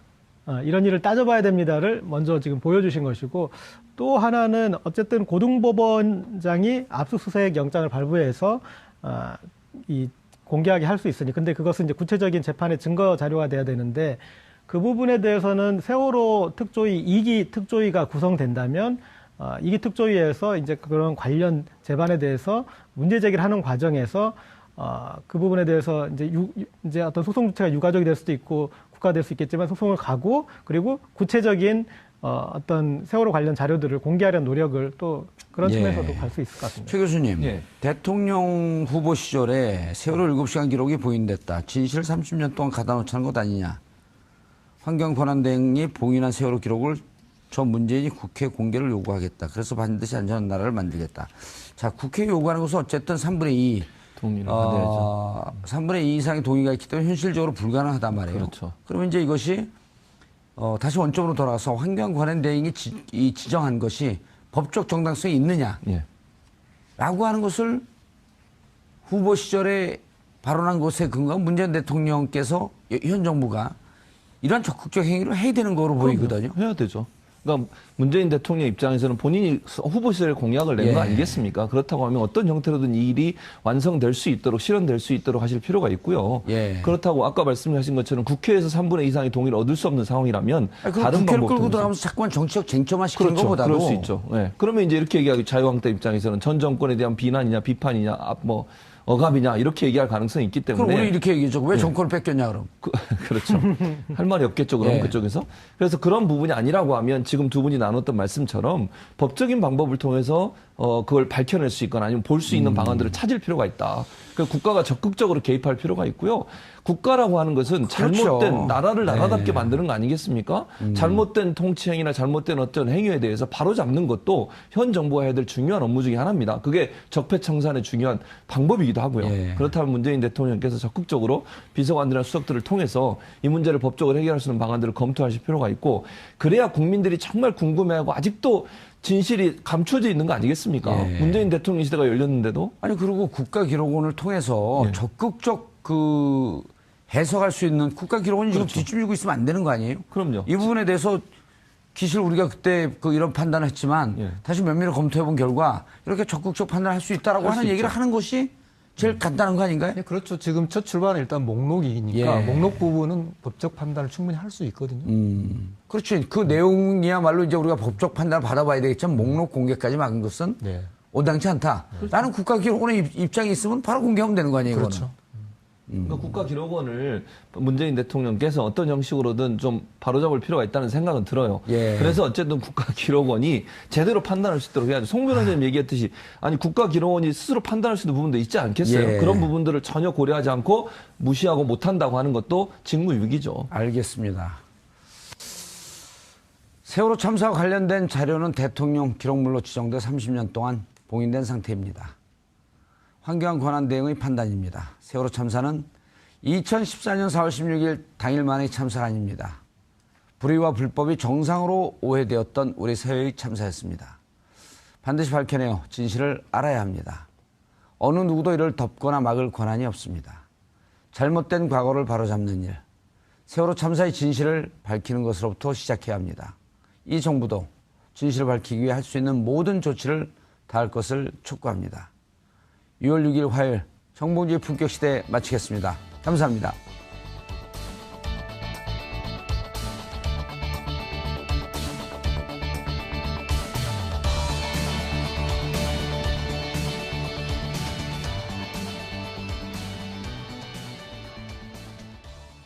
추경이라고 했는데요. 그렇죠. 12,000명이라고 예, 했는데요. 예. 금년에 공무원들 채용에 들어가는 돈은 80억밖에 안 돼요. 공무원을 채용하기 위해서 여러 가지 절차를 밟는데 들어가는 돈, 그게 80억이거든요. 예. 그걸 가지고 뭐 공무원 12,000명을 공무원을 뽑기 위한 준비 작업. 그런 면에서 보면은 이 사실은 조금 일자리다라고 하기에도 조금 부끄러운 부분이 없는 건 아니죠. 예. 알겠습니다. 정평론가님. 11조 2천억 예산을 어떻게, 추경 예산을 어떻게 확보하겠다라고 하는 계획도 나와 있죠? 네. 예. 이 부분에 있어서는 일단은 여권 정부에서는 굉장히 잘했다는 쪽으로 이제 발표를 하고 있거든요. 왜냐하면 자신들이? 네, 11조 아, 2천억 자신들이 내용을 좀 발표하면서 보면 잘했다 그러죠? 못했다 그래요? 그 보통 그러니까 예. 이제 이런 거죠. 적자 국채, 그러니까 국채를 발행해서 아하, 적자 재정을 써서 예. 추경에 쓸 돈을 땡겨 오는데 이번 11조 2천억의 좀 내용을 좀 보면 올해 역시 좀 부동산도 화랑이고 담배세 인상이 이게 크니까 최근 예. 2년도 그렇고 올해도 역시 이제 초과 세수가 나올 것 같다. 그 중에서 8조 8천억을 미리 당겨 쓰겠다라는 게 있고 예. 작년에 초과 세수가 되면서 남은 돈이 한 1조 1천억 원이 있습니다. 그걸 세제 잉여금이라고 하는데 이거를 갖다 붙이고 또 정부 입장에서는 국회 동의 안 받고 이렇게 기금을 좀 약간 쓸 수 있습니다. 예. 의원님 더 잘 아실 테니까 예. 그걸 한 1조 5천억. 그러니까 합치니까 지금 11조 2천억이 나왔는데 예. 그래서 지금 뭐 인류 산무다 해서 일자리만 있고 SOC 없고 적자 국채 발행 없고 이제 산무를 자랑을 하고 있는데 맞죠. 이것도 굉장히 건전한데 제가 만에 하나 한국당이라면 그러니까 제가 야당이라면 이 부분에서도 좀 반론을 제기할 수가 있는 게 기본적으로 이렇게 초과 세수가 나오잖아요. 이 초과 세수라는 게 나오기가 굉장히 힘듭니다. 이게 최근에 2년, 3년간 나온 거는 정말 이 급격한 담배세 인상, 담배세 흡연자분들, 예. 그다음에 부동산의 뜬금없는 대화랑, 여기 양도세 이게 터트리면서 갑자기 나온 거기 때문에 정상적으로 재정을 운용한다면 빚 갚는 데 많이 써야 되거든요. 지금 이제 국가부채도 이미 우리도 협의의 국가부채도 60% 되는데 예. 지금 그거를 다시 쓰겠다라고 하니까 실질적으로 국민들 입장에서는 여기에 대해서도 분명히 반론을 제기할 분들이 계신단 말이죠. 그래서 분명히 이번 적자 국채 없이 발행한 것도 높이 평가를 해야 되지만 또 여기에 대한 반론이 전혀 없는 것은 아니다. 이렇게 얘기를 할 수가 있습니다. 보통 이런 게 잘못 지금 8조 8천억이 거친 건 아니잖아요. 거칠 그렇죠. 것으로 예상하는 거 아니에요. 예, 그렇죠. 그러나 별 이변이 없으면 아마 올해까지는 이게 될 겁니다. 8조 8천억 정도의 추가 세수가 나올 겁니다. 아마. 이런 거 연초에 부풀렸다가 연말에 정산할 때는 대충 정산하고 넘어가고 이게 일종 그 관행 아니에요? 그게 관행인데 작년도 그렇고 재작년도 그렇고 뭐 부풀려서 해봤는데 실제 그거보다도 더 거치고 하니까 기재부도 최근 2년간은 좀 깜짝깜짝 좀 놀랐을 겁니다. 워낙 세금이 잘 거쳐가지고요. 예, 담배세 특히. 네. 그러니까 그것도 조금 이따 또 얘기하겠지만 그럼 또 뭐가 문제냐? 지금 문재인 정부에서는 부동산 규제 카드를 좀 꺼내려고 하고 있거든요. 예. 그럼 이것도 약간 엇박자가 나죠. 예. 그런 부분이 분명히 있습니다. 예. 그런데 교수님 8조 8천억 추경 이제 더 초과 세수 예상이 되지만 이 중에 또 40%는 지방세 그 교부금으로 넘어가는 돈 아니에요? 그죠? 지자체에서 40% 정부 계획, 추경 예산의 계획대로 쓰지 않는다고 한다면 그럴 리가 있겠어요? 물론 이제 지방 재정이 그동안 굉장히 어렵고 예. 굉장히 적자가 많이 누적되다 보니까 대부분 중앙 교부금으로 활동하는 거 아니에요? 교부금이 들어오는 즉시 급한데 예. 써야 되는 그런 어떤 문제가 있긴 있겠지만 지금 국민 여론이 또 청소년 실업 문제가 일자리 문제가 지금 국가적인 화두가 된 관점에서 정부가 이렇게 추경을 마련해서 교부금 3조 주는데? 5천억을 주던데 그걸 딴 쪽으로 쓴다고 하면 그 지방에 있는 가뜩이나 지금 지방이 경제도 안 좋고 한데 좀 부동산 아까 이야기하셨지만 부동산이 지금 지방은 안 좋잖아요. 예. 그래서 지금 세원이 굉장히 부족한 상황에서 정부가 이런 그런 어떤 지방 교부금을 교부를 했을 때 아무래도 중앙 정부가 원하는 쪽으로 호응을 하겠죠. 예. 저는 그쪽에서 반란이 일어날 거라고 생각하지 않는데 이제 이렇게 투입되는 돈이 과연 일자리 창출에 마중물이 될 거냐. 예. 중앙이든 지방이든 이것이 저는 관건이라고 봐요. 예. 아까 그 말씀을 좀 해주시죠. 공무원 12,000명을 더 뽑는데 네. 올해는 준비하는데 80억 정도 들어가고 그렇죠. 나머지 예산은 어디다가 다 들어가는 거예요? 그러니까 이게 지금 많은 사람들은 올해 12,000명을 뽑는 걸로 알고 있는데 예. 뽑는 게 아니라 지금 뽑는 준비를 하고 뭐 작업을 하고 하는데 투입되는 것이고 막상 뽑기는 언제 뽑는데? 뽑기는 이제 뭐 그렇게 해서 이제 절차가 마련되고 필요한 규정이 바뀌어지고 뭐 공무원 그냥 뽑는 게 아니지 그렇죠. 않습니까? 공무원 총량제 또 올리고 그러잖아요. 그죠. 그리고 어느 부분을 뽑아야 예. 되냐, 어떤 직급을 뽑아야 되냐, 급여는 얼마로 해야 되냐 이런 부분들이 다 정해지고 나서 뽑는다고 하면 실제로 뽑는 작업 들어가는 것은 빨라도 내년 상반기쯤밖에 안 될 것이고요. 실제로 채용하고 투입하는 것은 그래서 급여를 받는 것은 내년 하반기쯤 될 거 아닌가. 근데 그래 놓고 보면. 그럼 1년 6개월 1년 넘어섰는데요. 그렇죠. 최소한 1년 정도는 기다려야만 그 효과가 있는 것이다. 전 그래서, 이 부분이 그렇게 뭐 당장 12,000명을 가을서부터 뽑는 거로 그렇게, 이해할 수는 없는 거 아닌가. 정철춘 평론가님, 그리고 야당은 예산 투입에 공무원을 늘린 게 온당하냐라고 하는 원칙적인 문제도 또 제기하고 있어요. 네, 그렇습니다. 이게 뭐 일자리 추경이 갖고 있는 근원적인 뭐 물음이자 근원적인 논쟁인 것이죠. 예, 아니, 국민들이 솔직하게 말씀을 드려갖고 네. 어쨌든 문재인 정부는 후보 시절에 약속을 했단 말이에요. 그렇죠. 일자리 정부가 되겠다. 네. 일자리 만들겠다. 예. 라고 약속을 해놓고 정권을 잡았는데 네. 무언가 그에 상응할 만한 정책을 하긴 해야 될 거 아니에요. 그렇죠. 게다가 12,000명도 교수님께서 아마 내년 후반이라고 얘기를 하셨지만 예. 그 후보자 시절에 공약의 12,000명은 올 하반기였단 말이죠. 그다음에 행자부도 국가기획조정자문위원회 업무 보고 들어갔을 때 제가 알기로는 한 9,000명 정도에 대한 이 TO가도 같이 보고가 들어갔거든요. 예. 그래서 실 한편으로는 이 일자리 추경에 더 올인하고 있는 그 이면에는 그 공약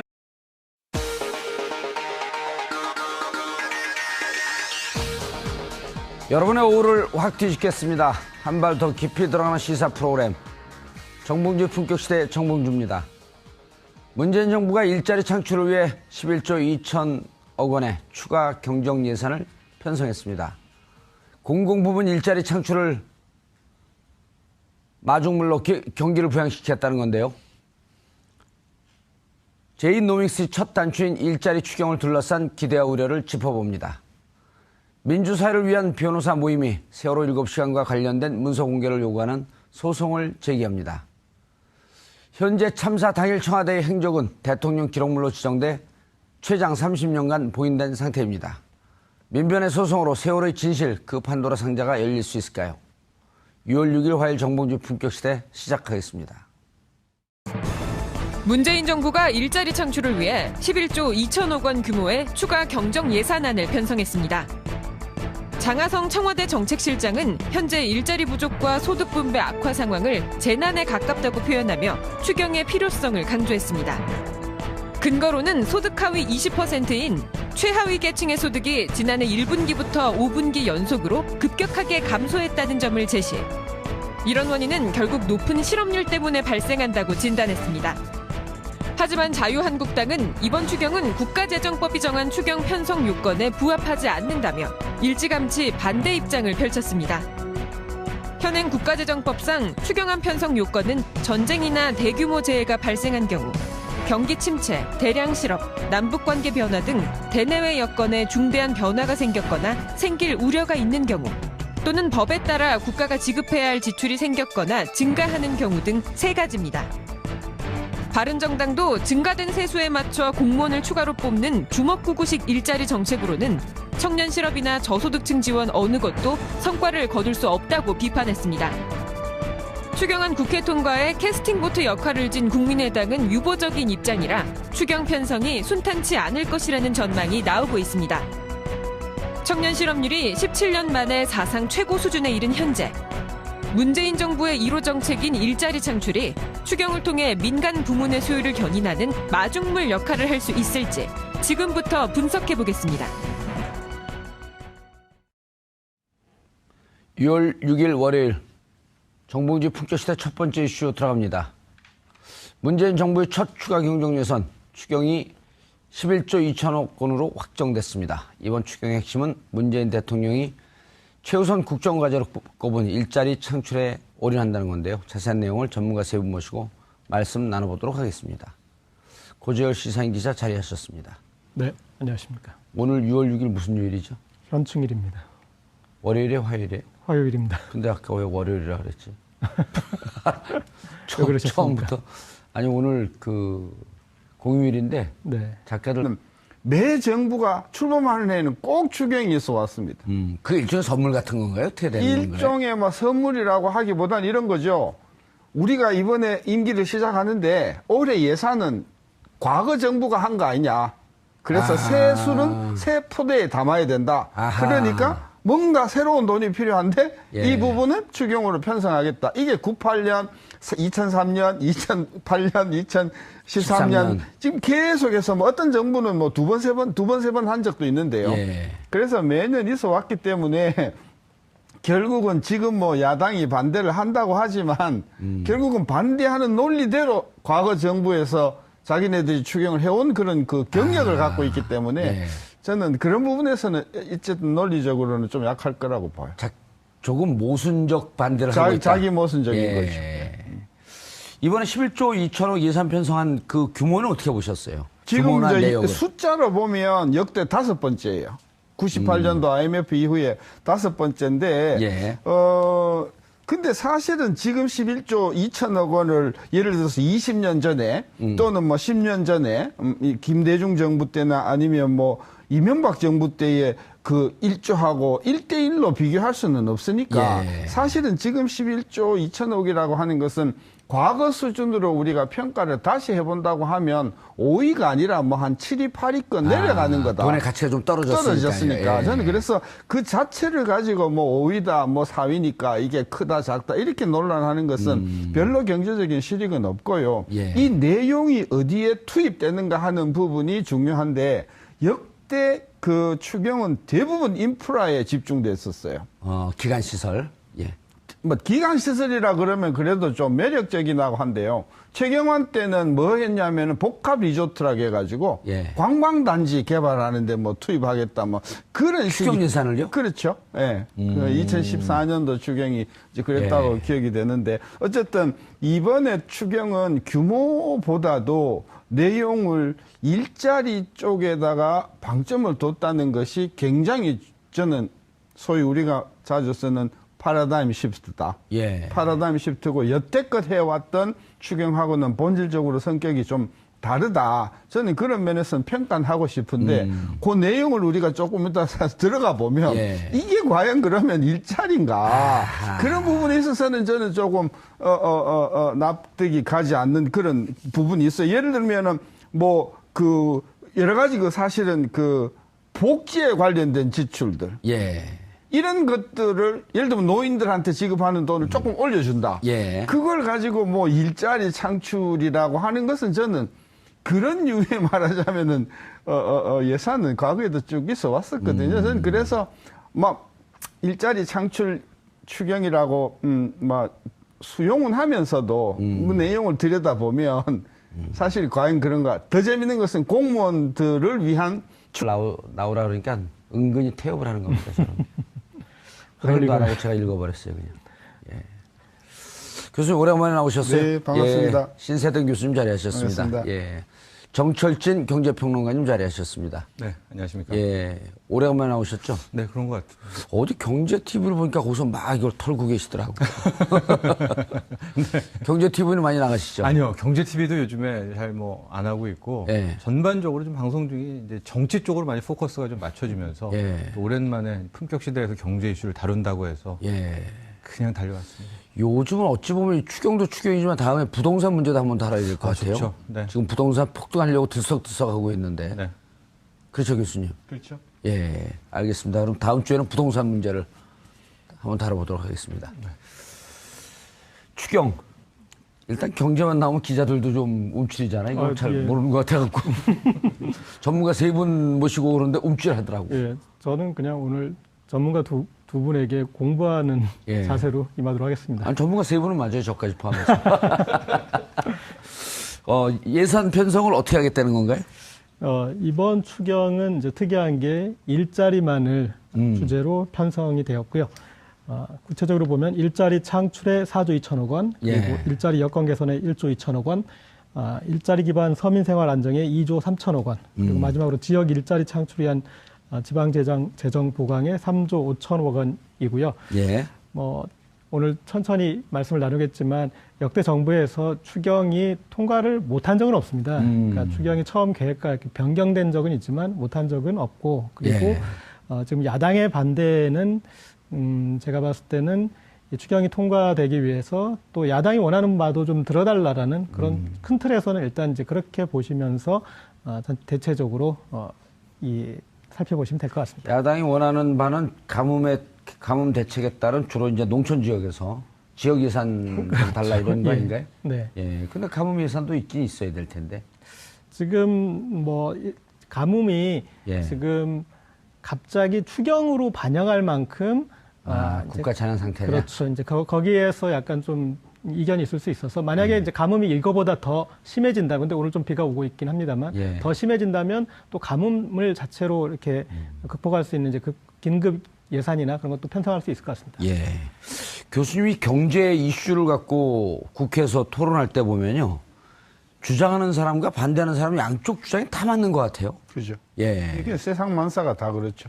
세상 만사가 다 옳고 그런 부분이 섞여 있는 거죠. 예. 그래서 어느 부분을 더 중요하게 보느냐에 따라서 관점이 뭐냐에 따라서 예. 철학이 바뀌는 거죠. 예.